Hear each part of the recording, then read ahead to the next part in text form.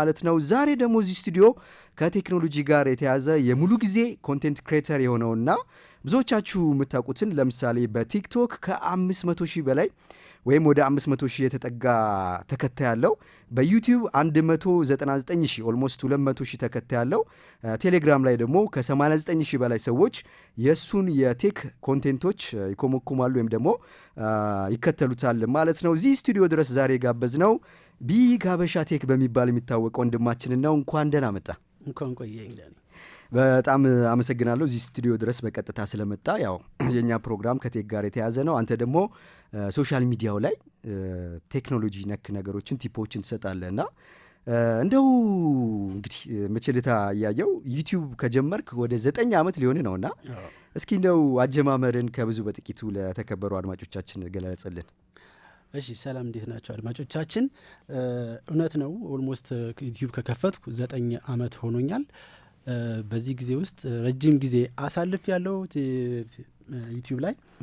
በነገራችን ላይ ለመጀመሪያ ጊዜ የከፈትኩት ወይም የተጠቀምኩት ሶሻል ሚዲያ ዩቲዩብ ነው። ሶ ዩቲዩብ ላይ ለረጅም ጊዜ ቆይቻለሁና አጀማመሬ ሲጀምረው ዩቲዩብ እንደዚህ በጣም ይታወቃል ወይም ደግሞ ከዩቲዩብ ገንዘብ አገኛለሁ ምናምን ብዬ አይደለም መጀመሪያውን ሲጀምረው የጀመርኩት። በቃ አጋጣሚ የሆኑ ሪል ላይፍ ላይ የማገኛቸው ነገሮች፣ መንገድ ላይ የሚቀርጻቸው ነገሮች ነበሩ። እኔም ከጓደኞቼ ጋር ስዝናና ወይ አንዳንድ ነገሮች ሳደርግ ዝም ብዬ ራንደምሊ እየቀረጽኩ ፖስት አደረግ ነበረ እና መጀመሪያ የፖስትኳቸውን ቪዲዮዎችን ብታይ እንደዚህ አይነት ነገሮች ናቸው። ወደ ቴክ የመግባት ሀሳቡ አልነበረኝም። ምክንያቱም ይሄን ያክል አዌርነስ ይኖረዋል፣ ህይወትን ይቀይራል ምናምን ብዬ አላስብም ነበር። ይሄን ያክል ማለት ነው። የዛሬ 9 ዓመት ማለት ረጅም ጊዜ ነው። ያን ቴክኖሎጂውን ብዙ እኮ እውነት ነው። ከዩቲዩብ ገንዘብ አገኘሁ እንደዚህ ሰራሁ የሚልህም ሰው አታገኝም ብዙ ጊዜ የዛኔ እና ይሄን ያክል ነበርና ከዛ በኋላ እንደዚህ ያረኩ ፖስት ማድረግ ከጀመርኩ በኋላ አንዳንድ አሁን ለምሳሌ ኮምፒውተሮችን ሳስተካከል፣ ላፕቶፕን ሳስተካከል ወይ ዊንዶውስ ስጭን ምናምን ቱቶሪያል ያለው። ስለዚህ ማንኛውም ሰው ቱቶሪያል እየሰራ ፖስት ሲያደርግ ሳይ ይህን እኮ ታዲያ ደግሜ መስራት እችላለሁ ወደሚል ነገር መጣ። ስቲል አሁንም የሆነ በጣም አገኝበታለሁ ምናምን ብዬ አይደለም። ጀስት እንዴት ነው እንደ ፍላጎት እንደ መውደድ የለም። ስለዚህ አሁን እንዴት ነው ዊንዶው የሚጫነው ምናምን የሚለውን ዩቲዩብ ላይ ቱቶሪያል አይና እደግመዋለሁ እኔ። ከዛ ደግሞና ስክሪን ሪከርድ አድርጌ ፖስት አድርገዋለሁ። የዛኔ ብዙ አይታይልም፣ 30-40 ሰው ነው የሚያይልህ። አብዛኛው ጓደኞች ናቸው። ላይክ አድርገህ ወይም አንተ ኢሜል እየቀየርክ ነው የምታየውና እንደዛ እያረኩ ነበረ። ከዛ በኋላ ረጅም ጊዜ ፖስት ሳላረግ ቆየሁ። ምክንያቱም ያው የሙሉ ሰዓት ሰራተኛ ሆንኩኝ፣ የመንግስት ሰራተኛ። በዛ መካከል ቢዚ የሚያደርግሃል ስራው፣ አዲስ ላይፍም ነው እንትን የምትለው። ስለዚህ እንደዛ ነገር ውስጥ ገባው። ከዛ ቀስ እያልኩኝ የተለያዩ ሶፍትዌሮችን ሪቪው ማድረግ ጀመርኩ። የኤዲቲንግ ሶፍትዌሮች ሊሆኑ ይችላሉ ወይም ደግሞ ሌሎች ሶፍትዌሮችን። ቨርቹዋል ዲጄ የሚባል አሁን ለመጀመሪያ ሪቪው ያደረኩት የሆነ የዲጄ ሶፍትዌር ነበር። የሚገርም ቨርቹዋል ዲጄ እሱን አሁንም እኮ ሰዎች ይጠቀሙታል። እሱን እንዴት ነው ሰዎች ሙዚቃ ማቀናበር፣ ቢት ምናምን መጨማመር ምናምን የሚችሉት የሚለውን ሪቪው ያደረኩት። በጣም ሙዚቃ ስለምወድ እያቀናበርኩት ለራሴ እሰማቸዋለሁ ሪከርድ እያደረኩኝ እና እሱን ሪቪው እያደረኩኝ በሱ መንገድ ቀጠልኩ። እንግዲህ ከዛ ዛሬ እዚህ ላይ ደረስን ማለት ነው። ከ9 ዓመት በኋላ አሁን ወደ 200 ሺህ ሰው ይከተላልና ኦልሞስት 200 ሺህ። ሁልጊዜ ደግሞ ቴክኖሎጂ ነክ ነገሮች ነው የምትለቀው። ኦፍ ኮርስ እንደዚህ ነገሮች ነው። ቅድም ኦፍ ዘ ሪከርድ ስናወራ ከሆነ ዓመት በኋላ ነው በጣም ብዙ ሰዎች እውነት ነው የተከተሉና እንደው አዲስ ለሚጀምሩ ሰዎች በዚህ አጋጣሚ ለምሳሌ ኮንቴንት ክሬተር መሆን ለሚፈልጉ እንደው ምን ትላለህ? ምን መሰለ ማለት ማንኛውም ሰው ምንም ነገር ጥሩ ለመሆን ምንም ነገር አሪፍ ለመሆን መጀመሪያ የሚጠበቅብህ ነገር ምንድነው? መጀመር ነው። በቃ መጀመር አለብህ። ካልጀመርክ አታድግም። በቃ ምንም ነገር ለመሆን ፍላጎቱ ካለህ፣ ችሎታው አለ ብለህ የምታመን ከሆነ፣ ሀሳብ አለ ብለህ የምታመን ከሆነ መጀመሪያ ያለ ነገር መጀመር ነው። ብዙ ሰው ሳይጀምር በፊት ነው ብዙ ነገሩ ኢነርጂው የሚጨርሰው። ብዙ ኦቨርቲንክ በማድረግ ምናምን ጊዜ እንትን ትላለህ። ባለህ ነገር፣ ባለህ እውቀት፣ ባለህ ማቴሪያል፣ ባለህ ምንም ነገር ጀምር መጀመሪያ። ምክንያቱም የማንም ሰው ጅማሮ ትንሽ ነው። አይተው ከሆነ አሁን ወደ ኋላ ተመልሼ ያንሳየው ስቃለሁ፣ እንዴት ነው ይሄን ነገር ፖስት ያደረኩት እላለሁ። ምንም ነገር ከጅማሮ ነው የሚጀምረው። ዛሬ ባለህ ነገር በመታቃት ነገር ፖስት ካላረግ ገና አውቄ ወይም በጣም ጥሩ ሆኜ የምትል ከሆነ አንጻራዊ ነው። ነገም ደግሞ ዛሬም አሁን እኮ ከወደፊት እኔነቴ አንጻር አሁን ያለሁት እኔነቴ አላውቅም አይደለ? በሂደት ነው እያወቅ የምትሄደው። ማቴሪያል እቃም ካልክ ዛሬ ያለኝ እቃ ነገ ከሚኖረኝ እቃ ያንሳል። ስለዚህ ዛሬ በምትኖርህ ምንም ነገር መጀመር አለብህ። ምንም ነገር ባይኖርህ ከሰው መቀበል አለብህ። ብቻ ፍላጎቱ ካለህ መንገድ አታጣም። ስለዚህ ፍላጎት ካለው አንድ ሰው መጀመር አለበት። ፍላጎት በቂ ነው።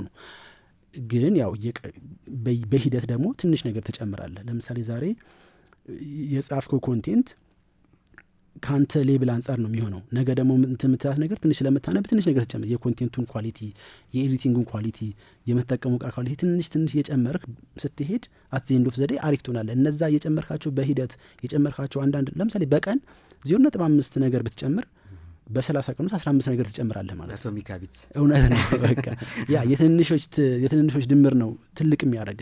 ይሄ በነገራችን ላይ የሆነ አንደርሬትድ የሆነ አስተሳሰብ ይመስለኛል። ሰዎች በሂደት ነው የሚለወጡት። እድገትም እኮ በሂደት ነው የምታድገው። አሁን ህፃን ልጅ ሲያድግ አንድ ቀን ድግ ብሎ አታየውም።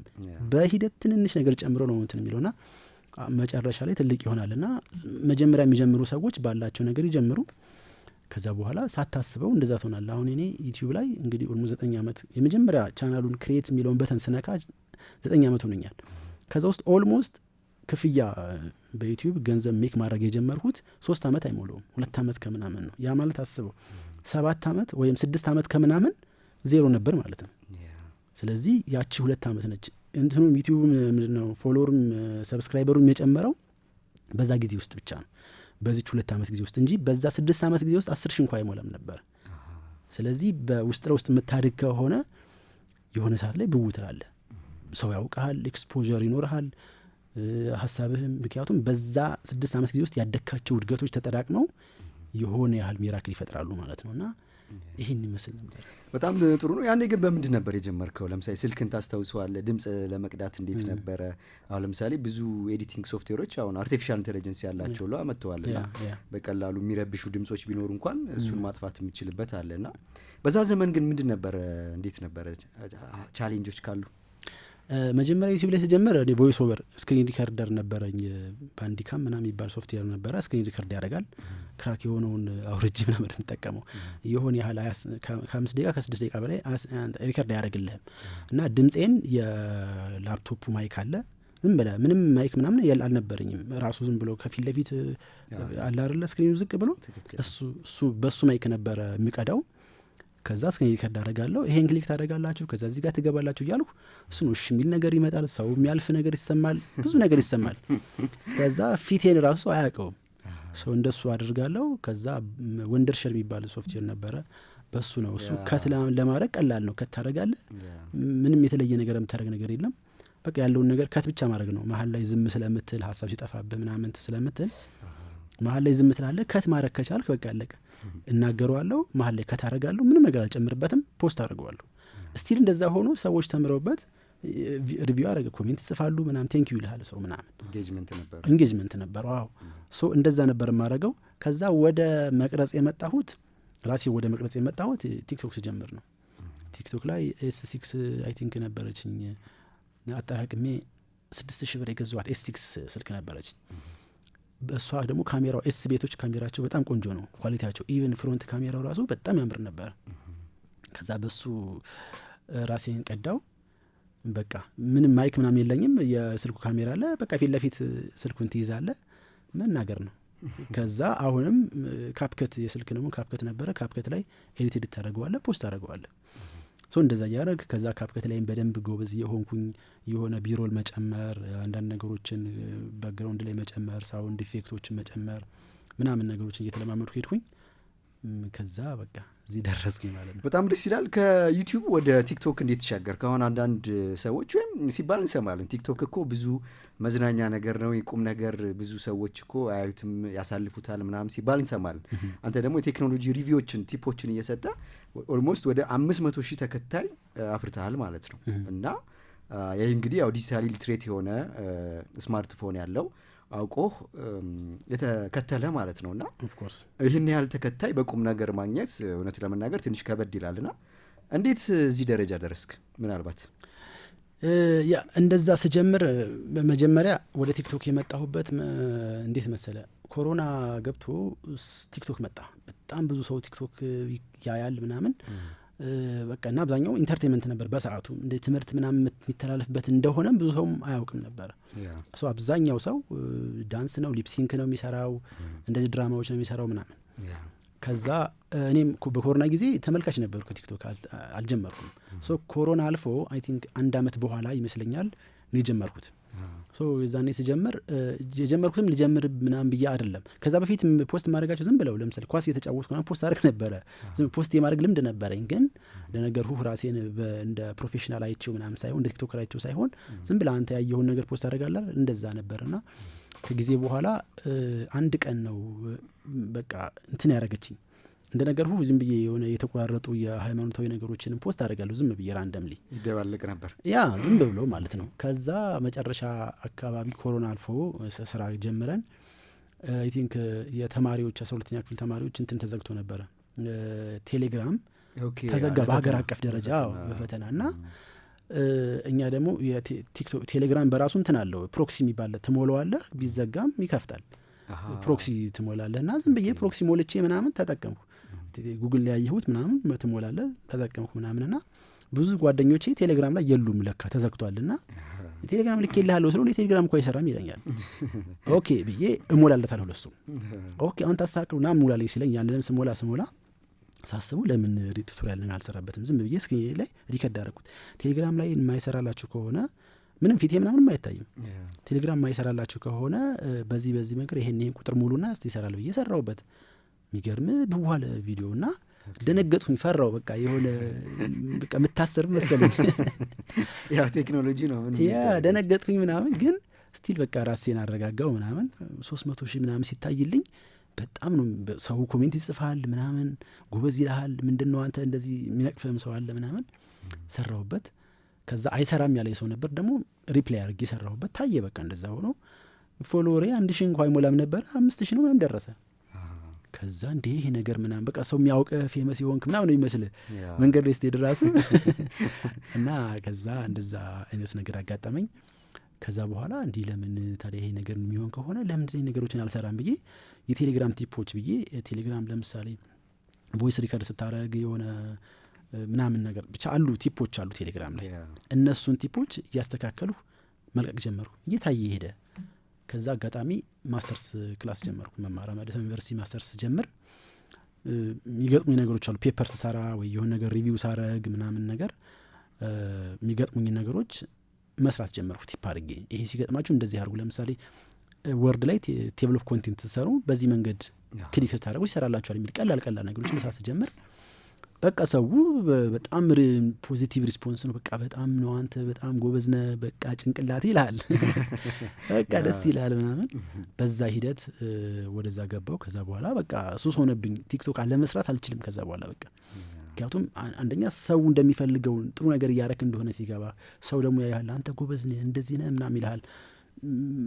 ያን ነገር ስታይ በቃ እንዴ ለምን ምናምን አልኩኝ በዛው መንገድ ቀጠልኩ። በጣም ደስ ይላል። ከዩቲዩብ ወደ ቲክቶክ አመጣጥ መጣን። ቴሌግራም ላይ ወደ 89,000 ተከታይ አለ። ገዝተው ነው ወይስ አሳድገው ነው? ምክንያቱም ምንድነው ቴክኖሎጂ ላይ ያወራ እንዴት 89,000 ኢትዮጵያዊ ይኖራል ሊከተል ቻለ የሚለውን እኔ ሶሻል ሚዲያ እንደ አካውንቶች በመግዛት አላምንም ልክ ነው ብዬ አላምንም። ምክንያቱም አንተ የሰራህበት መንገድ አንተን የሚያቀሰው የአንተ ኮንቴንት እና የኔ ኮንቴንት ይለያያል። አይደንቲቲያችን የተለያየ ነው። ስለዚህ እንኳን እኔ ቴክ ላይ ያለው ሰው ሌላም ሰው እንትን ነው ብዬ መግዛት አለበት ብዬ አላምንም።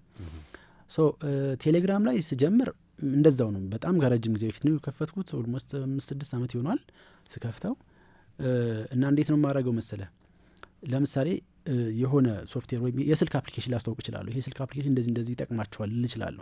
ከዚህ የስልክ አፕሊኬሽን ለምሳሌ ፕሌይ ስቶር ላይ ከሌለ ቴሌግራም ላይ ሄዳችሁ አውርዱት ትላለ። ሰው በዛ መንገድ ሰርች አድርጎ ያገኘዋል። ከዛ እኔ ደግሞ በየቀኑ መጽሐፍ ትንሽ እችላለሁ። በፊትም ስለማነብ ምናምን መጽሐፍ ምናምን እችላለሁ እወዳለሁ እንደዚህ ሶ እነዛን ነገሮች አሁን ዜናይና ይገርመኛል። ያ ዜና ለምሳሌ እንደዚህ አይነት ቴክኖሎጂ ተፈጠረ ሲባል በጣም ይገርመኛል። የሆነ ለሰው መንገሩ ብቻ ሳይሆን እኔ ራሴ ይገርመኛል። ከዛ እሱን ነገር ደግሞ ማሳወቅ ደስ ይለኛል። ኢቨን እንኳን ከዛ በፊት ራሱ ቴሌግራም ላይ ከመጻፌ በፊት ከሰዎች ጋር አወራለሁ እንደዚህ እኮ አፕ እናደረገ ምናምን ስትል በዚህ ዙሪያ ደግሞ አብዛኞቹ ካንተ ጋር ተመሳሳይ የሆኑ ሰዎች ነው የሚኖሩ። እና በቃ ከነሱ ጋር እናወራለን፣ እንጨቃጨቅበታለን፣ ፕሪንሲፕሉ ምንድነው ምናምን እንባባላለን። ሰው እንደዚህ ነገር ነበረ። ከዛ መጻፍ ጀመርኩ። የሆነ ቴክኖሎጂ ሲመጣ ያን ነገር አነበውና ዌብሳይቶች ላይ ቢቢሲ ላይ ምናምን ላነብ እችላለሁ። እሱን አነበውና በገባኝ መጠን ለኛ ሀገር ሰው በሚገባው መልኩ የጻፍኩ ፖስት ማድረግ ጀመርኩና ኮሚትድ ሆኜ ነው ፖስት ማድረገው። ምንም ገንዘብ አግኝቼበት ምናምን አይደለም፣ ግን ሼር ማድረጉ ደስ ይላል። በቃ የሆነ ሰው ሲያነበው ሲገረም ሳይ እንደኔ ሲገረም ደስ ይለኛል ሰውና እንደዛ ያደረኩ ምናምን ቀጠልኩ። ሰው ደግሞ የሆነ ሰዓት ላይ እንደ ስቲዲ የሆነ እንትን ነው የሚመጣ ግሮዝ ነው የሚኖረው። መጀመሪያ ምንም ግሮዝ አታርገኝ ትችላለህ፣ ሰው ዝም ብሎ ያየዋል። ግን እየቆየ ሰው እያየው ሲሄድ እና ጥሩ ነገር እንደሆነ ሲያቅ ሼር እየተደራረገ ምንም ማስታወቂያ ሳትሰራለት ራሱ ይመጣል እና በቃ አሁን በየቀኑ ቢያንስ በየቀኑ የቴክኖሎጂ ዜናዎችን ቲፖችን ምናምን በየቀኑ ፖስት አደርጋለሁ። ስለዚህ እንደውም ለኔ ትንሽ ነው በጣም ብዙ ነው። በጣም እናመሰግናለን። እንግዲህ የሶሻል ሚዲያ አመጣጥህን ከብዙ በጥቂቱ አየን። የተከበራችሁ አድማጮቻችን እዚህ ስቱዲዮ ድረስ እንግዲህ ጋብዘን ከቴክኖሎጂ ጋር የተያዙ ሀሳቦችን የተቀባበልን ያለ ነው። ቢግ ሀበሻ ቴክ በሚል የምታውቁት የቴክኖሎጂ ሪቪዎችን በሶሻል ሚዲያ በዩቲዩብ በቲክቶክ እና ቴሌግራምን ጨምሮ በሌሎችም እንግዲህ የሚያካፍለን ፖዘቲቭ ወይም ደግሞ በጣም ቀና ወጣት ነው። ዛሬ እንግዲህ ጊዜ ካለን ስለ ትሬዲንግ፣ አርቲፊሻል ኢንተለጀንስ ቲፖችና ሌሎችም እናወራለን። ግን ጊዜው እንዴት ይበቃናል የሚለውን ለማየት እንሞክራለን። በዚህ በቴክኖሎጂ ዘመን በጣም ተፈላጊ በሆኑ ዘርፎች ተምረው ወዲያው ስራ ማግኘት እንደሚችሉ ሰምተዋል። ሚዛን ኢንስቲትዩት ኦፍ ቴክኖሎጂ ላለፉት 9 ዙሮች ተማሪዎችን አስተምሮ መዝኖ አስመርቆ ስራ ሲዟል። በሚዛን ኢንስቲትዩት ኦፍ ቴክኖሎጂ አሁን ላይ ከሚሰጡ ኮርሶች መካከል በአርቲፊሻል ኢንተለጀንስ ፕሮምፕት ኢንጂነሪንግ ልዩ ስልጠና አዘጋጅቷል።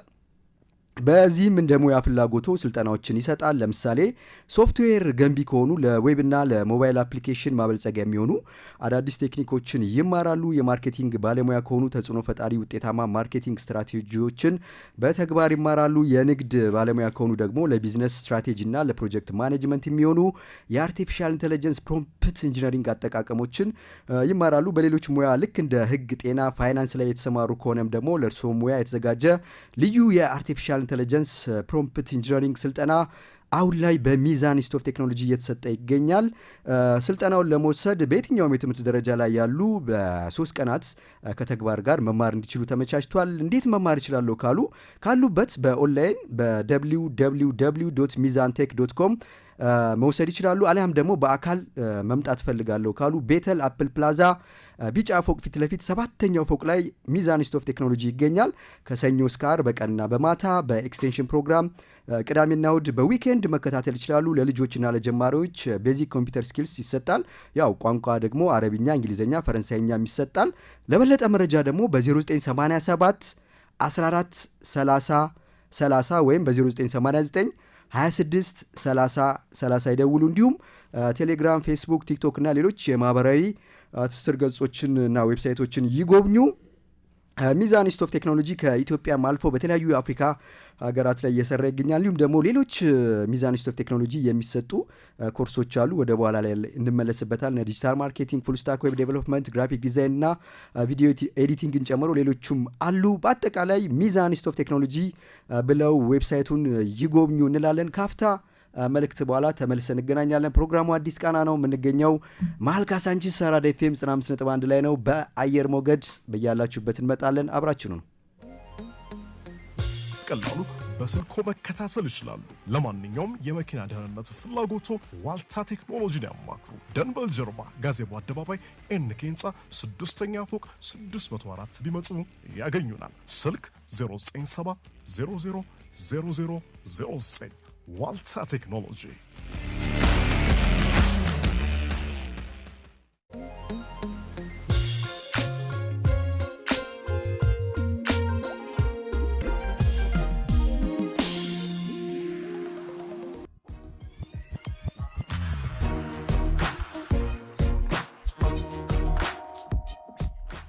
ተመልሰን መጣን። የተከበራችሁ አድማጮቻችን ፕሮግራሙ አዲስ ቃና ነው። ዕለቱ ማክሰኞ የሰኞ ማግስት ነው። የምንገኘው አራዳ ኤፍኤም 95.1 ነው። ከመሀል ካሳንቺስ ከአራዶቹ መንደር በ95.1 ሜጋሄርዝ በኤፍኤም ስርጭት በያላችሁበት እንደርሳለን። በwww.aradafm.com በመላው ዓለም እንደመጣለን። በሌሎችም የዲጂታል አማራጮች አለን ማለት ነው። ያው ማክሰኞ በሙዚቃ እያዋዛን ከሀገር ውስጥ እስከ ዓለም አቀፍ የተደመጡ ከቴክኖሎጂ ጋር የተያዙ ሀሳቦችን እንቀባበላለን። እንግዶችን ደግሞ ከሀገር ውስጥ እስከ ዓለም አቀፍ አለፍ እያለን እንጋብዛለን። ዛሬ እዚህ ስቱዲዮ ድረስ እንግዲህ የቴክኖሎጂውን ዓለም በሶሻል ሚዲያ እየቃኘ ቲፖችን ደግሞ የሚሰጠን እንግዲህ ቢግ ሀበሻ ቴክ በሚል የሚታወቀውን ወጣት ነው። እንግዲህ ቲክቶክ ላይ ወደ 500,000 ሰው የሱን የቴክኖሎጂ ቲፖች እየተከተለ ይገኛል። ዩቲዩብ ላይ ከ199,000 በላይ ሰዎች ይከተሉታል። ቴሌግራም ላይ 89,000 ሰዎች በቁም ነገርም እየተከተሉት ይገኛል። እንግዲህ እንዴት እነዚህን ሁሉ አፈራ የሚለውን ከብዙ በጥቂቱ ለማየት እየሞከርን ነው። እንግዲህ ሌላ ጊዜም በድጋሚ እንደምንጋብዘው ተስፋ እናደርጋለን። ለማንኛውም የቴክኖሎጂ ዜናዎችን ከየት ነው የምታገኘው? ለምሳሌ አግኝቶ ከዛ ደግሞ አንተ ገብቶ ዳይጀስት አድርገው ለሰዎች ማቀበል ይፈልጋልና ቅድም ስክሪፕቶች ምናምን ጽፋለና ከየት ነው የምታገኛቸው? ኢንተርኔት ነው እንግዲህ በቃ በጣም የኢንተርኔቱ አክሰስ አለኝ። ሁሌም ስልኬ ላይም ኮምፒውተር ላይም ኢንተርኔት አክሰስ አለኝ። ስለዚህ ይሄ ቋሚ የሆነ ከዚህ ነው የማገኘው ምላቸው ሳይቶች ምናምን አሉኝ። ግን አብዛኛውን ጊዜ ኢንተርኔት ምንድነው እነዚህ ቲፖችን የማገኛቸው ኤክስ ላይ ወይም ትዊተር ላይ ነው። ትዊተር ላይ አሁንም ቁም ነገረኛ ሆኖ ቀጥሏል። ኤክስ በጣም ጥሩ ነው። ምክንያቱም የሆነ እንትን ስትለው ፎሎ ያረካቸው ምናምን ወይም የምትፈልገውን ነገር ነው ሞር። አሁን ቲክቶክ ሞር ራንደም ነው አይደል? የሆነ የማትፈልገውም ካንተ ባህሪ ምናምን ከማትፈልገው አንፃር አንዳንድ ይመጣልሃል። ኤክስ ግን ደስ የሚለው እኔ እስካሁን ባለኝ ኤክስፔሪንስ በቃ ፎከስድ የሆነ ቴክ ላይ ከሆነ ቴክ ነው አብዛኛውን ይመጣል እና አብዛኛውን ፎሎ ማድረጋቸው እዛ ጋር እንትን ምላቸው ሰዎች አብዛኛዎቹ እንደዛ ስለሆኑ ቶሎ ብዬ ከነሱ ይደርሰኛል። ለምሳሌ ትልልቅ የዜና ማሰራጫ ጣቢያዎች፣ የቴክኖሎጂ ዌብሳይቶች፣ ሰዎች ራሳቸው ሊሆን ይችላል ወይም አሁን የጉግል መስራች ሊሆን ይችላል፣ የጉግል ሲኢኦ ሊሆን ይችላል። ዛሬ እንደዚህ ያደረግን ሲል ቶሎ ብያለን ሰዎች እንትን ላለሁ። ስለዚህ በቀን ውስጥ በቃ ሳልገባ ማሉልበት ቢኖር ኤክስ አካውንት ነው። እሱን አገኛለሁ። ግን በቋሚነት የምከታተላቸው ዌብሳይቶች አሉ። ለምሳሌ እንደ ቴክራንች የሚባላል፣ ዘቨርጅ የሚባላል፣ ዋይርድ የሚባላል፣ ሲኔት የሚባላል፣ ኢንጋጀት የሚባሉ አሉ። ብዙ ናቸው። እነሱ ጋር በደንብ እከታተላለሁ። ያ ማለት ዌብሳይቶችን ሪፍሬሽ እያረኩኝ በቀን ለምሳሌ 5-6 እንትን ቢሉ ከነዛ ውስጥ ኢትዮጵያውያን የሚመለከት እኛን ለኛ ሀገር ኦዲየንስ የሚመለከት 2 ወይም 1 ሊሆን ይችላል። እሱም በደንብ ለኛ ሀገር እንዲሆን አድርጌ ጽፋቸዋለሁ ማለት ነው። አብዛኛዎቹን የማገኘው ከዛ ነው። ከዛ በተጨማሪ ያው ቲክቶክ ላይም ዩቲዩብ ላይም ካገኘው ፖስት አደርጋለሁ ብዙ ጊዜ። ለምሳሌ ዩቲዩብ ላይ ወይም ቲክቶክ ላይ የሆነ ሰው ሰርቶት የኛ ሀገር ሊሆን ይችላል ወይም የውጭም ሊሆን ይችላል ሰርቶት ጠቃሚ መስሎ ከታየኝና ብዙ ሰው ደግሞ ድጋሚ ማየት አለበት ብዬ ሳስብ እሞክረዋለሁ። ከሞከርኩ በኋላ ደግሞ ራሴ ቼክ አድርጌ ለኦዲየንስ እንዲሆን አድርገ ምክንያቱም አሁን ምንም ጥሩ ነገር ቢሆን ለሰው እንዲገባ ወይም ቢሞክረው ቼክ ቢያደርገው ሊሰራለት በሚችል መልኩ እሱን ተቀምመውና በዛ መንገድ ነው ፖስት የማድርግላቸውና አብዛኞቹን የማገኘው እንግዲህ ከኢንተርኔት ነው። ያው ግን አሁን ሶሻል ሚዲያ ላይም ራሱ እኮ መረጃ ታገኛለህ። ግን መረጃው ምን አይነት ነው፣ የምትጠቀምበት እንዴት ነው፣ ዳይጀስት የምታደርገው እንዴት ነው ወሳኙ ነገር እና እንደዚህ አይነት ነገሮችን ከዛ ነው የማገኘው። በጣም አሪፍ። ያው በጆርናሊዝም ጃርገን ይባላል እነዚህ ሙያዊ ቋንቋዎችን። ለምሳሌ ዝም ብለህ ለሰው ከለቀቅ ያው ምናልባት ብዙ ሰዎች አንደርስታንድ ወይም ደግሞ ሊረዱት የማይችሉት ከሆነ ዋናው ሀሳብ ሰዎች እንዲረዱት ስለሆነ እነዛን ቃላቶች ያው ከስተማይዝ ማድረግ ወይ ሰዎች እንዲረዱት ማድረግ ነውና እንደው ወደ ቲፖች እንሂድ እንዴ? ምናልባት ኦኬ የተለያዩ ቲፖች አሉ። ላይክ እንዴት መሰለህ አሁን ይሄንን ቼክ አድርጉ ማለት እንትን አለም። ዋናው ቲፕ በጣም ሁሉን ቲፕ ገበርን የሚያደርግ አንድ ወሳኝ ቲፕ ሰዎች የኢንተርኔት ወይም የሶሻል ሚዲያ አጠቃቀማቸውን ማስተካከል አለባቸው ነው። አሁን ለምሳሌ ስልክ አለ፣ ኢንተርኔት አለ፣ ኮምፒውተር አለ፣ ብዙ እቃዎች አሉ፣ በጋጀትም በማህበራዊ ሚዲያ ማለት ነው። እነሱን ሲጠቀሙ እንዴት ነው የሚጠቀሙባቸው? ለምሳሌ ስልክህን መስራት የሚችለው ነገር አለ፣ አንተ የምትጠቀምበት ነገር አለ። ስለዚህ ሁለቱን እንትን ማድረግ አለብህ። ይሄ ማመጣጠን መቻል አለብህ። ማመጣጠን ስለ ለምሳሌ ስልኩ መስራት የሚችለው ብዙ ነገር ኖሮ አንተ ግን ስልክ ለመደወል ብቻ የምትጠቀምበት ከሆነ ዌስት ነው። ምንም አልተለየም ስነው ማለት ወይም ካሜራ ብቻ የምትቀርጽበት ከሆነ ልክ አሁን ስልክ ብዙ ሰው እጅ ላይ ያለ ስማርት በጣም ትልቅ ስማርት ስልኮች አሉ ሰዎች ላይ። ግን እነዛ ሰዎች ስማርት ስልኩ ምን እንደሚሰራ ያውቁታል ወይ? ከብቷል ሲጠቀሙትስ እስከምን ድረስ ነው የሚጠቀሙበት የሚለውን መወሰን መቻል ማወቅ መቻል አለባቸው። በጣም ጥሩ። ወደ ቲፑ እንመጣለን። አንድ እንግዳ መስመር ላይ ያስገብተን ነው። ከዛ በኋላ ወደ አንተ መለሳለሁ። በጣም እንግዲህ የተከበራችሁ አድማጮቻችን ያው ይቅርታ ብያለሁ። ተቀብላል? የተከበሩ አቶ ሳሙኤል በቅድሚያ እንኳን በቀጥታ ስልክ መስመር አገኘኖት። እንግዲህ ለተከበሩ አድማጮቻችን እስኪ እንደው እርስዎ ማንኖት የሚለውን ከብዙ በጥቂቱ ቢያስተዋውቁን። ኦኬ፣ እሺ፣ ሳሙኤል እባላለሁ። ያው የትምህርት ዳራዬ ላይ ዳታ ሳይንስ እና አርቲፊሻል ኢንቴሊጀንስ ዘርፎች ላይ ያተኮረ ነው። ከአዲስ አበባ ዩኒቨርሲቲ በማስተርሴን በኤአይ ሰርቻለሁ። በስራ ጉዜ ደግሞ የተለያዩ ትሬኒንጎችን፣ ሪሰርቾችን እና የተለያዩ ኢንዱስትሪ ስራዎችን ስሰራ ቆይቻለሁ። በአሁኑ ጊዜ ላይ ደግሞ በሚዛን ቴክኖሎጂ ኢንስቲትዩት እንደ ሲኒየር ኢንስትራክተር በፓይተን እና ዳታ ሳይንስ ላይ የተለያዩ ወጣቶችና ባለሙያዎችን በተግባራዊ በሆነ መንገድ እያሰለጠኩ ይገኛሉ።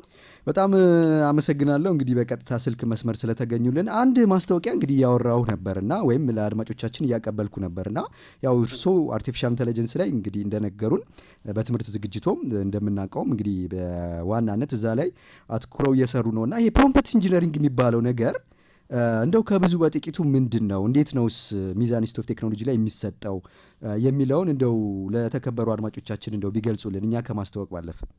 ኦኬ፣ ያው አሁን ያለንበት የኤአይ ዘመን ላይ ነው ያለነው እና ከኤአይ ጋር እንዴት አብረን መራመድ እንችላለን ከሚለው ነገር ውስጥ አንዱ ፕሮምፕት ኢንጂነሪንግ ነው። ፕሮምፕት ኢንጂነሪንግ በቀላሉ ለማስረዳት ያክል ለተለያዩ የኤአይ ሞዴሎች አሉ እንደ ቻት ጂፒቲ፣ ዲፕሲክ የምንላቸው ሁላችንም የምንጠቀማቸው አሉ። ለእነሱ እንዴት ነው በትክክል ጥያቄና መመሪያ መስጠት የሚቻለው የሚለውን ያንን ክህሎት የሚሰጠን ነው። በእኛ ባለንበት በዚህ በሚዛን ቴክኖሎጂ ኢንስቲትዩት ደግሞ ይሄ ኮርሱ እንደ አንድ ኮርስ እየተሰጠ ይገኛል። ይህ ኮርስ ለፕሮግራመሮች ብቻ ሳይሆን ለተለያዩ መንግስት ሰራተኞች፣ ለነጋዴዎችም፣ ለመምህራንም፣ ለሁሉም ከትንሽ ከትልቅ ላሉ ሰዎች በፍጥነት እና በጠራ ሁኔታ እየተሰጠ ይገኛል። ለሁሉም ሰዎች አስፈላጊ የሆነ ትምህርት ነው ማለት ነው። በጣም ጥሩ ነው። ምንድነው ግን ቫልዩ አሁን አንድ ሰው ፕሮምፕት ኢንጂነሪንግ ተማርኩ ቢል ምን ከሀገር አልፎ መስራት የሚችልበት እድል አለ ወይስ ምንድነው የተለየ ነገር የሚያደርገው የፕሮምፕት ኢንጂነሪንግ? በጣም ከሁሉም ቦታ ላይ መስራት ይቻላል። ያው ከሀገር ውስጥም ወደ ውጭ መስራት ይቻላል። ሀገራችንም ውስጥ ሁላ ኤአይ በጣም ትልቅ ነገር ስለሆነ ኤአይ እንደ ረዳት ነው እየተጠቀምን ያለ ነው እና ኤአይ ላይ የተለያዩ ስራዎች ነው። ለምሳሌ ነጋዴ መውሰድ እንችላለን። እንደ ኤግዛምፕል ነጋዴዎች ኮንትራቶቹን ተርጉሞ ለመረዳት ከውጭ ኤክስፖርት ከሚሰሩ ሰዎች ተርጉሞ ለመረዳት የተለያዩ የሚሸጧቸውን እቃዎችን ስንት እንዳላቸው ስቶክ ውስጥ አለ ወይ የለም ወይ ብዙውን ከኤአይ ጋር ይነጋገራሉ። ይሄን ደግሞ በቀላሉ ደጋግመን ሳንጠይቅ በቀላሉ አጭር በሆነ መንገድ ኮሚኒኬት እንድናደርግ የሚያደርገን ነው ፕሮምፕት ኢንጂነሪንግ የምንለው ማለት ነው።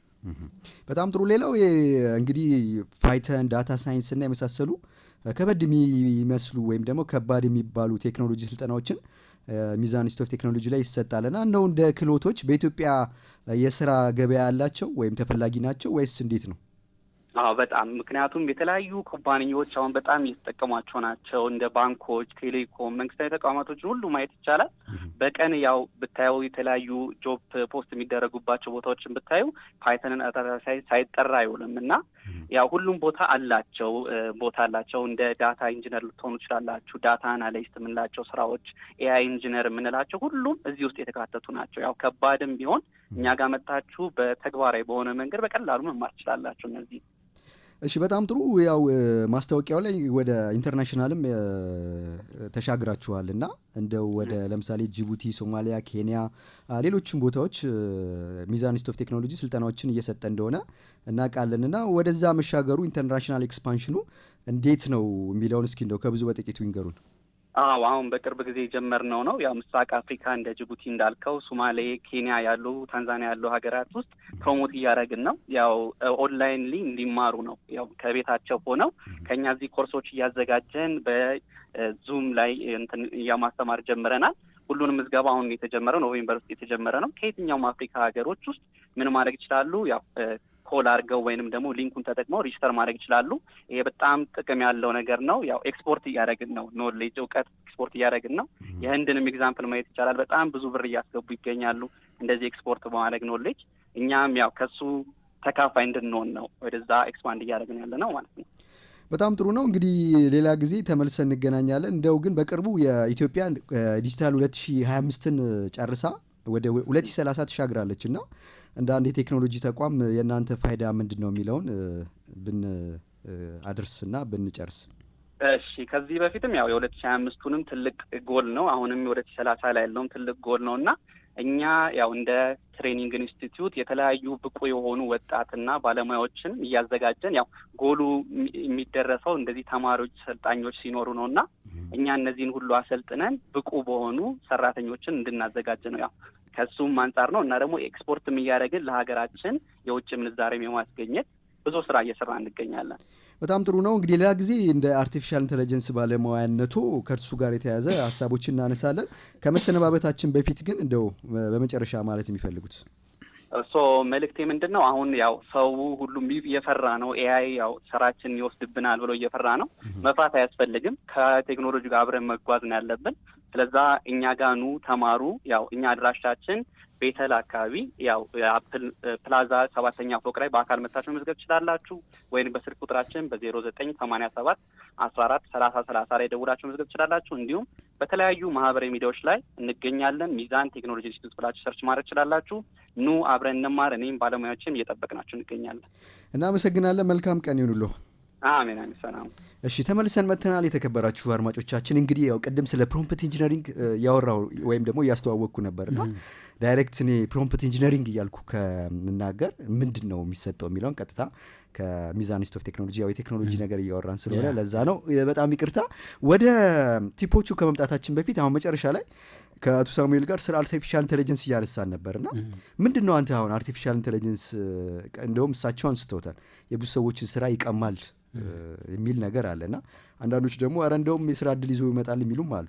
መንግስትም ደግሞ አሁን 2030 ላይ ኢትዮጵያ ውስጥ ኢገቨርናንስን በጣም አጥብቄ ነው የምሰራው፣ ኃላፊዎችም የቴክኖሎጂ ቅርበት ሊኖራቸው ይገባል ብሎ እንግዲህ አድርሷልና ምንድን ነው የምትለው? እስኪ አንተ እይታ ምንድን ነው በዚሁ? አርቲፊሻል ኢንተለጀንስ ያው የሰው ልጅ ትልቁ ጸጋው የኢንተለጀንስ ጸጋ ነው እንደምታውቀው። ማለት ከብዙ ነገሮች ከእንስሳትም ከምንም የሚለየን ከግዑዝ አካላት የሰው ልጅ የሚለየው ኢንተለጀንስ መኖሩ ነው። ማሰላሰል ያቺ ነች ኢንተለጀንስ። አሁን ያቺ ኢንተለጀንስ አርቲፊሻል ሆነች ነው ፖይንቱ። ማለት የሰው ልጅ የማሰላሰል አቅም የሆነ አርቲፊሻል ነገር እየቀማው ነው ማለት ነው። ወደ እሱ ነው የሚሄደው። መጀመሪያ ሰዎች ይሄን ነገር አዌርድ መሆን አለባቸው። ስለዚህ አሁን የሰው ልጅ እኔ ማምነው አሁን ልክ ቅድምም ዶክተሩ እንዳሉት አርቲፊሻል ኢንተለጀንስ ሰዎችን ስራ ይቀማል። አዎ ይቀማል። ግን የሚቀማበት ደግሞ ሌብል አለ። አሁን ለምሳሌ ከዚህ በፊት በነበረው የሰው ልጅ ታሪክ ውስጥ ብዙ የሰው ልጅ የተቀማቸው ስራዎች አሉ። አሁን ለምሳሌ መሸከም ምናምን እየቀረ ነው አይደለ? በማሽኖች አሁን የመኪና ፋብሪካ ምናምን ብትሄድ አብዛኛው የጉልበት ስራው የሚሰራው በሰው ልጅ አይደለም፣ ሮቦት ነው። ስለዚህ እዛ ጋር እኮ ስራው ተቀምጧል የሰው ልጅ። ስለዚህ የስራ የመቀማቱ ነገር አዲስ አይደለም። ገብቷል። ግን አሁን ኢንተለጀንስ ሲጨመርበት ደግሞ ትንሽ ያስፈራል። ምክንያቱም የሰው ልጅ ያለችውን ያችን ብቸኛ እንትን የኢንተለጀንሱን ነገር አሁን በጉልበት ብዙ ነገር ይበልጥናል እኮ። አሁን እንስሳቶች እኮ ይበልጡናል በጉልበት በመሸከም። ስለዚህ ያ በጉልበት ነበር። አሁን ነው ኢንተለጀንስ መጥቷል። ስለዚህ የሰው ልጅ ኮድ ሲያደርግ የነበረውን የሆነ ነገር ሲጽፍ የነበረውን ሲደርስ የነበረውን ሌላ ነገር መድረስ ጀመረ ማለት ነው። ስለዚህ አዎ ሊቀማ ይችላል። ስለዚህ ምን እናድርግ ነው ቀጣዩ መሆን ያለበት መታሰብ ያለበት። ስለዚህ ያን ስታደርግ አንተ አንድ በጣም ብዙ የተለመደ ብዙ ሰው የሚወደው አባባል አለ። ኤአይ አይደለም ሪፕሌስ የሚያደርግህ፣ ኤአይን የሚጠቀም ሰው ነው ሪፕሌስ የሚያደርግህ ነው። ገብተዋል። አሁን አንተ ለምሳሌ ኮድ የምታደርግ ፕሮግራም ምጽፍ ከሆነ የሆነ ቢሮ ውስጥ ሌላ ኮድ ምንድነው ኤአይ ተጠቅሞ ኮድ የሚጽፍ ሰው መጥቶ ይተካል ይችላል። ምክንያቱም አንደኛ ፍጥነት አለው። አንተ ያላሰብካቸውን ነገሮች ኤአዩ ያስብልህና ይጨምርልሃል። ያላየህበትን አንግል ይቀይ። ምክንያቱም እሱ ኢንፋይናይት የሆነ ኢማጂኔሽን ያለው፣ የኛ ደግሞ በኤክስፔሪየንስ በልምድ በሁኔታዎች ሊሚት የተደረገ የማሰብ አቅም ነው ያለን። ወይ ግን የቀን ውሎ ራሱ ለምሳሌ ሙድህን እሱ ነው የምልህ። ጠዋት ቁርስ ካልበላ እውነት ነው ደሞዝ ካልደረሰ። ስለዚህ የሰው ልጅ በእንደዚህ አይነት ነገሮች ሊሚትድ ነው። ስለዚህ ያ ልጅ ኢቭን ካንተ እውቀት ካንተ የተሻለ ምንድነው ካንተ እኩል ወይም ደግሞ ካንተ ያነሰም ኢቭን ሆኖ ኤአይ ስለተጠቀመን ይተካ ይችላል፣ ሊፈጥን ይችላል። አንድ ፕሮጀክት በአንድ ወር የምትሰራው ሰውዬ በሁለት ቀን ከሰራው አንተ እዳለበት እንዴ ለምን ደሞዝ ይከፍላል? ይቀንሳል አንተ። ገብቶሃል? ስለዚህ ሰዎች ምን ማድረግ አለባቸው? ኤአይን እንዴት ነው መጠቀም ያለብን ወደሚል ይመጣል። ኤአይን ኢቲካሊ እንዴት ነው መጠቀም ያለብን ደግሞ የሚለው ሌላ የራሱን የቻለ ኮንሴፕት አለው። ኢቲካሊ ኤአይ ደግሞ እንደገና ምክንያቱም አሁን ተማሪ ድሮ መጽሐፍ ስናነብ ትዝ ካለ ላይብረሪ የሆነ ጥያቄ ስትሰራ ለምሳሌ እቺ ፈተና ላይ ትመጣለች ከተባልክ ላይብረሪ ገብተህ ፈልገህ ወይ ሰው ለማምጣት አሰርተ ምናምን ነው ቆፍረ ነው የምታገኘው። አሁን ግን ፎቶ አንስተህ ለአይ ሰጠዋለህ ቁጭ አደረገላል። እሱ አንደኛ የሰዎችን የማሰላሰል አቅም ይቀንሳል። እውነት ነው። ምክንያቱም እንዴት ነው መጠቀም ያለብህ አንተ ያን የማሰላሰል አቅምህን ኢማጂን የማድረግ አቅምህን ሳትቀማ እንዴት ነው እንደ አሲስታንት ልትጠቀምበት የምትችለው? ስለዚህ እሱን ሰዎች እንትን ማድረግ አለባቸው። አዛን አሲስታንት እንዴት ነው መጠቀም ያለብን የሚለውን ማወቅ አለባቸው። ሶ በዚህ ከሄድን እንደዚህ እተካለሁ ምናምን የሚለው መፍራት የለባቸውም። ስለዚህ ዳር ሆኖ ደግሞ መፍራት ሳይሆን በትክክል ቀረብ ብለው እየተጠቀሙ ቼክ እያደረጉ መሄድ ነው። ምክንያቱም አሁን ቁጭ ብለ ኤአይ እንደዚህ ያደርጋል ብትል በቃ ማለቃቀስ ነው እንጂ የሚሆነው። ምክንያቱም ዓለም እየመጣብህ ነው። ምንም ማድረግ አትችልም። ራሱ ኤአዩ አይዞ ነው የሚል በቃ ያልተካህም ምናምን ነው የሚል እንደዛ ነው። ስለዚህ ሰዎች በዛ መንገድ መሄድ አለባቸው። ትክክል። አዎ። ስለዚህ እንደውም አንዳንድ እኮ እንደው በዚሁ ሀሳቡ እናንሳ። አንዳንድ ሀገራት ለምሳሌ ባለፈው ጀሩሳሌም ፖስት ላይ ያየው ዜና እስራኤል ታች ኤሌመንተሪ ላይ ያሉ ተማሪዎችን እንዳይጠቀሙ ስታገር ነበረ። ሌሎች ሀገራትም አውስትራሊያ ከ16 ዓመት በታች የሆኑ ህጻናት ምንም አይነት ሶሻል ሚዲያና ስልክ ዲጂታል ነገር እንዳይጠቀሙ ከልክላለች እያለች ነው።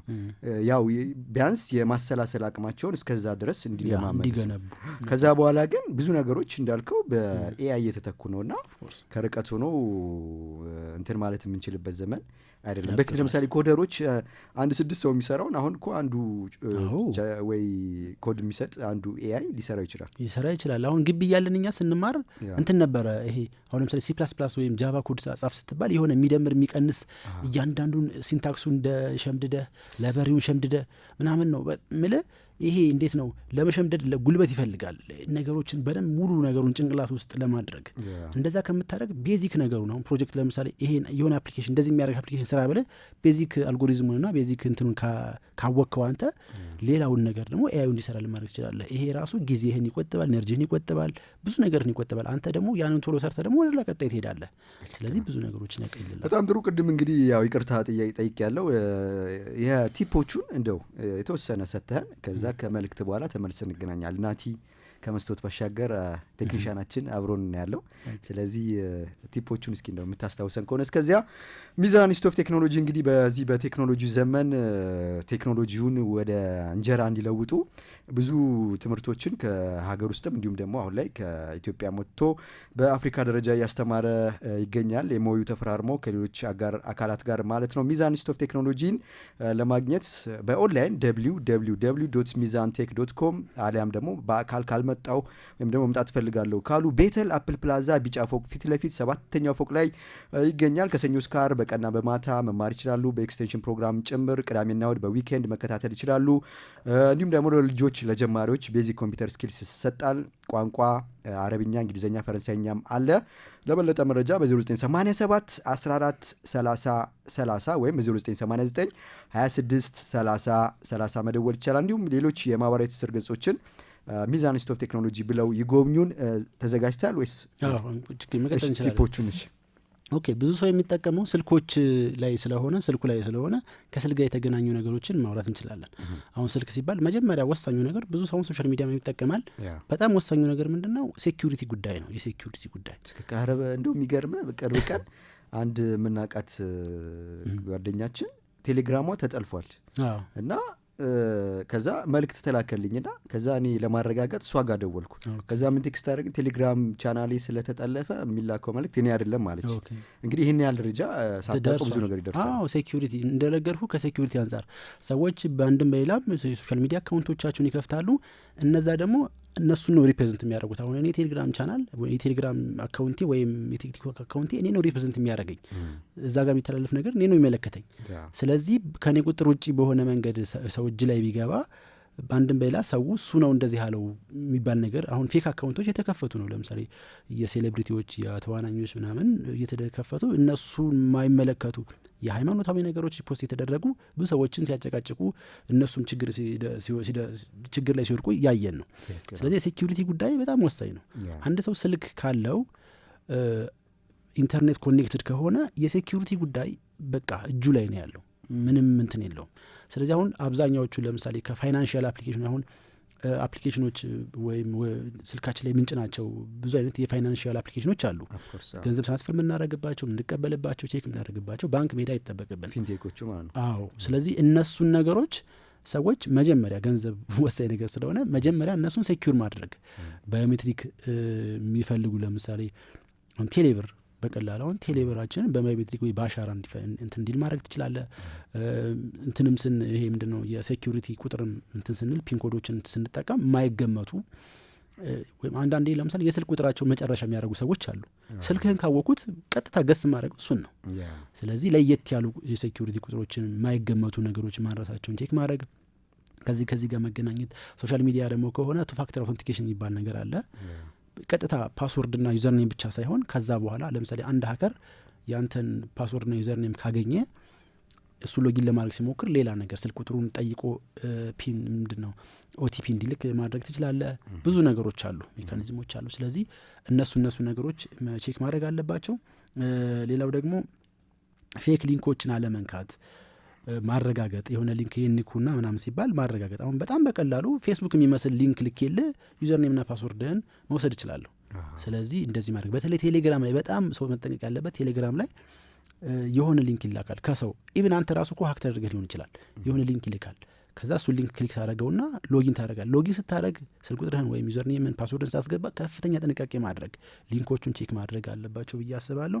ሌላው ስልክ ላይ ዲቫይስ አሁን ብዙ ጥቅም አለው፣ በጣም ብዙ ጥቅም አለው። ስልክ ራሱን የቻለ በጣም ብዙ ጥቅም አለው። ሶ እነዛን በተቻለ መጠን ህይወታችንን እንዲያዘምኑ ቼክ ማድረግ። አሁን አብዛኛው ሰው ነው ስልኩን የሚጠቀመው ለመደወልና ምናልባት አላርም ለመሙላት ነው። ከዛም በተጨማሪ ሞድ ኤንድ ሩቲንስ የሚባሉ ነገሮች አሉ። ሩቲንህን እያንዳንዱ ቀንህን እንትን ለማለት ለምሳሌ ማታ ስተኛ ራሱ አውቶማቲካሊ እንትን እንዲያደርግ ማድረግ ትችላለህ። ሳይለንት እንዲሆን፣ የሆነ ሰው ብቻ ሲደውል እንዲጠራ፣ ሌላው ሰው እንትን ሲል ደግሞ ሳይለንት እንዲሆን ማድረግ የምችላቸው ነገሮች አሉ። የቢዝነስ የፋሚሊ ነገሮችን ብቻ ሞልተህ ሌላው ሳይለንት እንዲሆን ማድረግ ትችላለህ። ከዛ በተጨማሪ ራሱ አስታውሶ ለምሳሌ ቤት ስገባ ኖቲፊኬሽን እንትን እንዲልልህ፣ ወይ ስትወጣ ከቤት ራሱ ቁልፍ ቤት መቆለፍህን ቼክ እንዲያደርግልህ እንዲያስታውስ ማድረግ ትችላለህ። ሞድ ኤንድ ሩቲንስ ብለው ቼክ ማድረግ ይችላሉ ብዙ ሰዎች። ሞድ ኤንድ ሩቲንስ ብለው ማለት ነው። ሞድስ ኤንድ ሩቲንስ። አዎ። ከዛ በተጨማሪ ደግሞ ዲጂታል ዌልቢንግ የሚባል ነገር አለ። ዲጂታል ዌልቢንግ ኤንድ ፓሬንታል ኮንትሮል። ይሄ በጣም ወሳኝ፣ ብዙ ሰው የማይጠቀምበት ወሳኝ የሆነ ነገር ነው። ዲጂታል ዌልቢንግ ማለት ስልክ ላይ ረጅም ሰዓት ሳታስበው ልትቆይ ትችላለህ። 3-4 ሰዓት ስክሮል እያደረግህ ልትቆይ ትችላለህ። ያ ደግሞ ለአእምሮህ ጥሩ አይደለም፣ ለአይንህ ጥሩ አይደለም፣ ለአጠቃላይ እንትንህ ጥሩ አይደለም። እንግዲህ በዛ 2-3 ሰዓት ውስጥ ያየኸው የቲክቶክ ቪዲዮ ውጤት ነህ አንተ። ብዙ የሚያስደስት፣ የሚያሳዝን፣ የሚያስለቅስ፣ የሚያስፈራ ነገር አይተህ ሊሆን ይችላል። ያ ደግሞ አእምሮህ ላይ የሚቀመጠው ሄዶ የሚቀመጠው አእምሮህ ላይ ነው። ስለዚህ ለአእምሮህ ራሱ ዲጂታሊ ዌል መሆን አለብህ። ስለዚህ እንደዚያ ስታደርግ የምትሞላቸው ነገሮች አሉ። ለምሳሌ ቲክቶክ በየቀኑ ለ1 ሰዓት ብቻ እንድትጠቀም ማድረግ፣ ስክሪን ታይምህን መቆጣጠር፣ ቼክ የምታደርጋቸው ነገሮች መቆጣጠር መቻል አለብህ። ሌላው ፓሬንታል ኮንትሮል ነው። ፓሬንታል አሁን ወላጅ ልትሆን ትችላለህ። ልጆች ካሉህ አንተ የምታየውና ልጅህ ማየት ያለበት ነገር የተለያየ ነው። አንተ ሀንድል የምታደርገውና ልጅህ ሀንድል የሚያደርገው የቪዲዮ አይነት የተለያየ ነው። ስለዚህ እነሱን ቼክ ማድረግ አለባቸው። ብዙ ነገሮች አሉ ከኤአይ ጋር በተገናኘ በጣም ብዙ አሁን ላይ ካወራ ነው ረጅም ጊዜ ስለሚፈጅ። ትክክል። እንግዲህ አንድ ፕሮግራም ጨመራችን አይቀርም። ምክንያቱም ያው ስለ ትሬዲንግም ስለ አርቲፊሻል ኢንቴሊጀንስም ብዙ ሳናወራ እንግዲህ ሰዓታችን እየገሰገሰ ነው። ፕሮግራሙ አዲስ ቃና ነው። እለቱ ማክሰኞ ነው። ከቀኑ 11 ሰዓት እስከ 12 ሰዓት በሙዚቃ እያዋዛን ከሀገር ውስጥ ከዓለም አቀፍ የተደመጡ ከቴክኖሎጂ ጋር የተያዙ ሀሳቦች እንቀባበላለን። ዛሬ እዚህ ስቱዲዮ ድረስ እንግዳ አድርገን የጋበዝ ነው ቢግ ሀበሻ ቴክ በሚባል የሚታወቀውን የቴክኖሎጂ ቲፖችን በዩቲዩብ፣ በቲክቶክ፣ በቴሌግራም እና በሌሎችም አማራጮች የሚያቀብለንን በጎ ወጣት ነው። ካፍታ መልእክት በኋላ ተመልሰን እንገናኛለን። አብራችሁ ነው።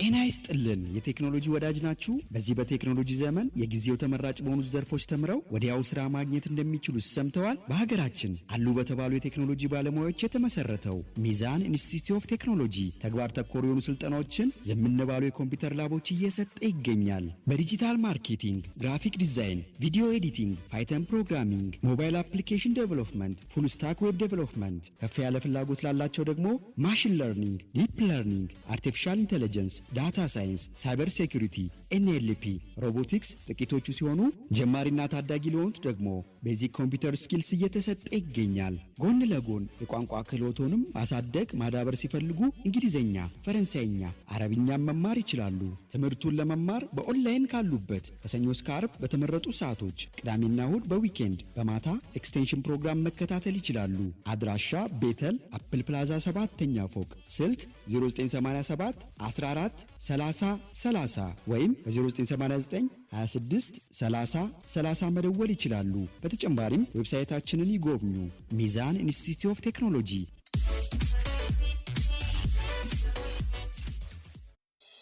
እድልና አጋጣሚዎች ፈጣን ተጠቃሚን ይመርጣሉ።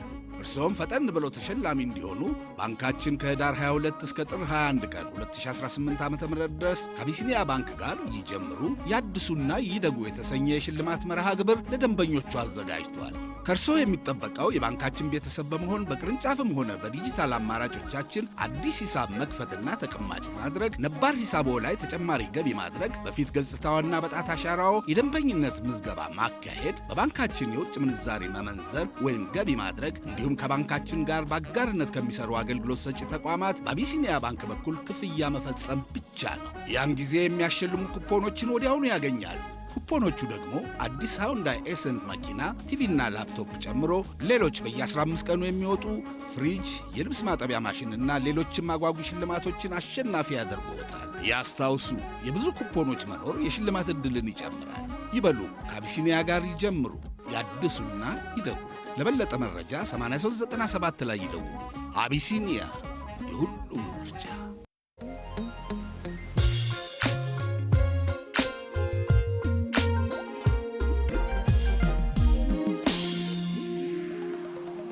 ተመልሰን መጣን። የተከበራችሁ አድማጮቻችን ፕሮግራሙ አዲስ ቃና ነው። ዕለቱ ማክሰኞ ነው። የምንገኘው አራዳ ኤፍኤም 95.1 ላይ ነው። ዘወትር ማክሰኞ ከቀኑ 11 ሰዓት እስከ 12 ሰዓት በሙዚቃ እያዋዛን ከቴክኖሎጂ ጋር የተያዙ ሀሳቦችን ሀሳብ እንደ መጫሪያ ያህል እንቀባበላለን።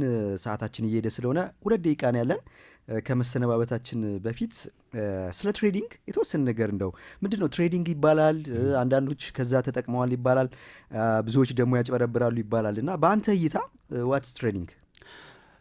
ትሬዲንግ እንግዲህ የተለያዩ እንትኑ ኮንሴፕቱ በጣም ሰፊ ነው። ዲፋይን ካረግ ነው በጣም ረጅም ጊዜ ነው። ግን እንዳው ለሰዎች አንደርስታንድ እንዲያደርጉት ያክል ትሬዲንግ አሁን ፎሬክስ ትሬዲንግ የሚባል አለ፣ ክሪፕቶ ትሬዲንግ የሚባል ነገር አለ። ስለዚህ አንተ ለምሳሌ ክሪፕቶ ራሱ ዲፊኒሽኑ ሌላ ነው፣ ፎሬክስ ደግሞ ዲፊኒሽኑ ሌላ ነው። የተለያዩ ነገሮች ናቸው። ስለዚህ አንድ ሰው የሆኑ ዲጂታል እንትኖችን ከፍተው ምንድነው ዋሌቶችን ከፍተው ክሪፕቶ ትሬድ ማድረግ ይችላል። ለምሳሌ ቢትኮይን ገዝተህ ሲጨምር በመሸጥ ገንዘብ ማግኘት ትችላለህ። ሲምፕል የማንንም እርዳታ ሳትፈልግ ክሪፕቶ በመሸጥ ማለት ይችላል። ፎሬክስም በተመሳሳይ ያው ሌላ ቢሆንም ዲፊኒሽኑ ልክ እንደዛው ትችላለህ። ዋናው ምን ይፈልጋል? እውቀትና አንደርስታንዲንግ ይፈልጋል። እኛ ጋር ግን ሲመጣ አሁን ፎሬክስም ወይም በለው ክሪፕቶ እኛ ጋር ሲመጣ አሁን ዲፋይን ሲደንት ምንድነው ስራ ሲሰራ እስካም ይሆናል ብዙ ጊዜ። አሁን እኛ ሀገር ነገሮች ሲመጡ አጭበርባሪዎች ይመጣሉ። ስለዚህ ኮንሴፕቱ ትክክል ነው። ፎሬክስ ትሬድ በማድረግ ገንዘብ ሜክ ማድረግ ትችላለህ። በተመሳሳይ ክሪፕቶም እንደዛው። ነገር ግን ሰዎች ፎሬክስ ትሬድ በማድረግ የማይችሉ ከሆነ ወይም ትንሽ አይተው ሀስል የሚሆንባቸው ሲሆን ምን ያደርጋሉ? ኮርስ እንሸጣለን እና ሚሉና ሰዎችን በጣም የተጋነነ ገንዘብ እንትን ይላሉ። አሁን ሰዎች በቀላሉ ኢንተርኔት ላይ ዩቲዩብ ላይ ወይም ሌላ የኦንላይን ፕላትፎርሞች ላይ ተምረው እውቀቱን አንደርስታንድ ማድረግ ይችላሉ። ቀላል ነው። ግን አላዋጣክ ሲል አንዳንዴ ታስተምራለህ። ማያዋጣህ እኮ ስላልቻልክ ነው። ስለዚህ ካልቻልክ ደግሞ ማስተማር የለብህም። የከሰረ ነጋዴ በቃ እንደዛ ማለት ነው። ነጋዴ ከሆንክ ስለ ንግድ እኮ የግድ ማስተማር አይጠበቅብህም። ነግደህ ማትረፍ ትችላለህ ገንዘብ ሜክ ለማድረግ። እነሱ ናቸው። አሁን ሰዓታችን በጣም ስለሄደ በደንብ አልገባንበትም እንጂ ራሱን የቻለ ብዙ ነገር ግን አዋጭ ነው። እንደ እውቀት ነው። አሁን ነጋዴ አዋጭ ነው ብትለው የንግዱ ሁኔታ የሰራቸው ነገሮች ነው የሚወስኑት። ካፒታሉ ምናምን ነው የሚወስነው። አዋጭ ሆነው ህይወታቸውን የቀየሩ በጣም ብዙ ሰዎች እናውቃለን። ዱባይ ሄደው ሚዝናኑ መኪናዎች የሚቀያየሩ ብዙ ሰዎች አሉ። ዛት ሚንስ እንደ ሳይንስ አዋጭ ነው ማለት ነው። ደግሞ ከስረው ብዙ ነገር ተበልተው ተጭበርብረው ወይም ደግሞ ሳያውቁ ቀርተው ጊዜያቸውን እንትን ያሉ ሰዎችም አሉ። ስለዚህ አዋጭም ነው አይደለም የሚወሰነው በአንተ ነው። እንደ ተጫዋች ነው። በጣም እናመሰግናለን የተከበራችሁ አድማጮቻችን። እንግዲህ ያው ሌላ ቀን ግዴታ እንገናኛለን። ብዙ ያልነካናቸው ጉዳዮች አሉ። እንግዲህ በጣም እዚህ ስቱዲዮ ድረስ በቀጥታ ስለመጣ እናመሰግናለን። ሚዛን ኢንስቲትዩት ኦፍ ቴክኖሎጂን እንግዲህ